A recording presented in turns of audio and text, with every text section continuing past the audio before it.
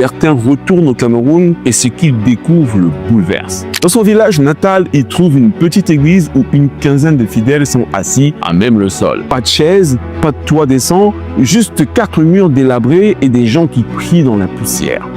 Il demande où est le pasteur. On lui présente une dame qui fait office de trésorière et elle lui explique qu'ils n'ont pas les moyens d'avoir un vrai lieu de culte, encore moins une maison pour leur pasteur. Bertin n'hésite pas une seconde.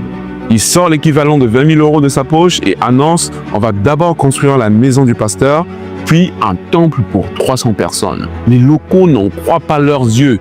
Cet homme qui revient de France après tant d'années veut vraiment transformer leur église. 6 mois plus tard, Bertin revient et la maison du pasteur est terminée. Il lance alors la construction du temple. Mais en cours de route, sa vision change.